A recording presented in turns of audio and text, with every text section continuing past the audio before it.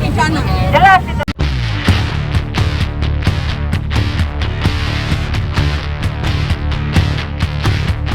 Banyak hal yang ingin kami sampaikan. Kenapa banyak poster dan banyak persoalan di hari ini. Akhir-akhir ini Presiden Jokowi dan bawahannya banyak sekali melakukan pelanggaran-pelanggaran. Banyak juga aktivitas rakyatnya. Belum lama ini di Grand Kemang juga dibubarkan. Bapak Kapolsek mengatakan bahwa itu harus ada pemberitahuan. Itu adalah sudah termasuk hotel yang akan memberikan pemberitahuan. Itu bukan kewajiban bagi kami yang pengguna. Dan di sana terjadi pengrusakan, pemukulan, sampai hari ini jalannya juga tidak pernah ditangkap. Hanya mereka-mereka lah yang akan dijadikan tumbal. Akhirnya kenapa? Selalu memakai alasan undang-undang. Itu tidak lagi kami sebagai penyelenggara harus memberitahukan. Yang kedua, dari Kapolres mengatakan siapa yang menyebarkan video itu akan dikenakan sanksi. Emangnya kita harus mengontrol video? Kan semua orang itu yang membuatnya. Kondisi inilah yang menjadi rakyat marah.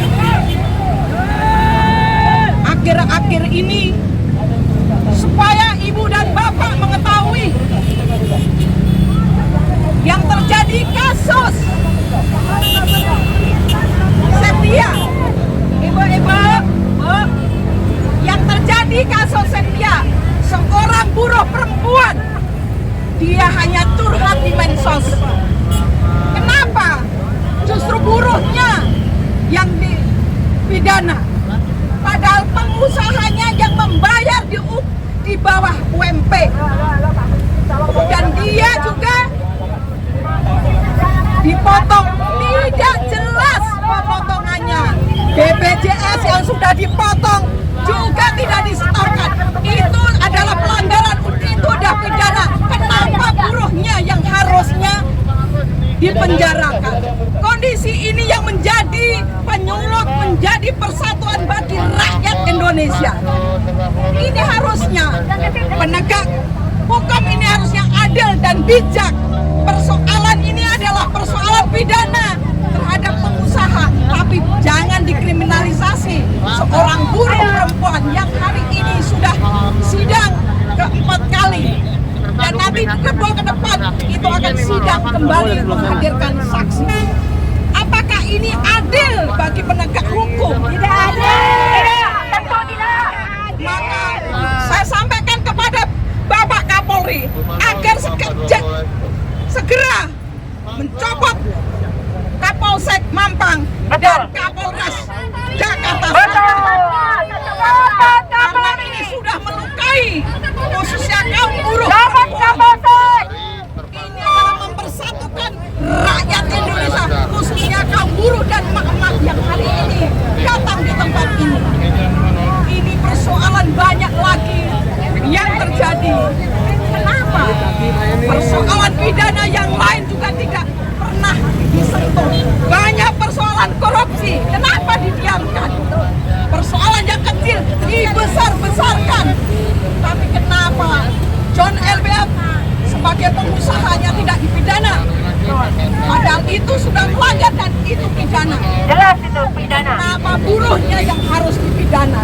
Ini makin kesini tinggal beberapa hari, tapi ini banyak tingkah yang dilakukan. Tapi justru rakyat diadu domba kepada pihak keamanan. Tapi hari ini pihak keamanan lebih dominan kepada penguasa, bukan dominan kepada rakyatnya yang hari ini menggaji mereka. Ini terjadi. Kenapa pihak keamanan penegak hukum semena-mena terhadap rakyatnya, notabene menggaji saudara-saudara semua. Ini yang tidak adil. Kenapa hari ini mendidih darah rakyat? Karena kondisi hari ini kami yang merasakan. Kalian memang benar hari ini menjadi pegawai negeri, tapi belum tentu saudara-saudaramu, anakmu akan jadi itu. Betul. Bisa juga jadi buruh Betul. seperti saya. Jangan hari ini kalian ketawa-ketawa melihat saya bicara. Seorang nenek berjuang untuk kalian semua. Saya berjuang bukan untuk diri saya, tapi untuk anak cucuku ke depan, untuk kalian semua. Jangan kalian berpesta, kalian tertawa melihat saya. Kalian harus paham kondisi hari ini, situasi hari ini. Ke depan semakin merajalela, ke depan akan menjadi jongos di rumah sendiri. Kalian harus pahami kehadiran undang-undang Omnibus Law hari ini bukan hanya untuk kaum buruh, tapi untuk rakyat Indonesia. Kenapa? Bahasa Indonesia sudah tidak lagi untuk persyaratan bagi tenaga kerja asing masuk ke Indonesia. Ini adalah harga diri sebuah bangsa sudah digadekan. Tapi kenapa kalian pada diam? Kalian pada diam, tidak mau berjuang. Memang betul kalian hari ini enak, tapi ke depannya kalian akan menjadi persoalan lebih masif lagi. Dan banyak lagi yang harusnya kita perjuangkan. Kami berjuang ini untuk semua rakyat Indonesia, bukan untuk rakyat kecil, tapi semuanya. Karena kondisi dan situasi hari ini harus kita berjuang untuk mempertahankan keadilan, untuk mempertahankan harga diri bangsa. Ini yang harusnya sama-sama. Rakyat selalu dibina-bobohkan, hanya diberikan BLT.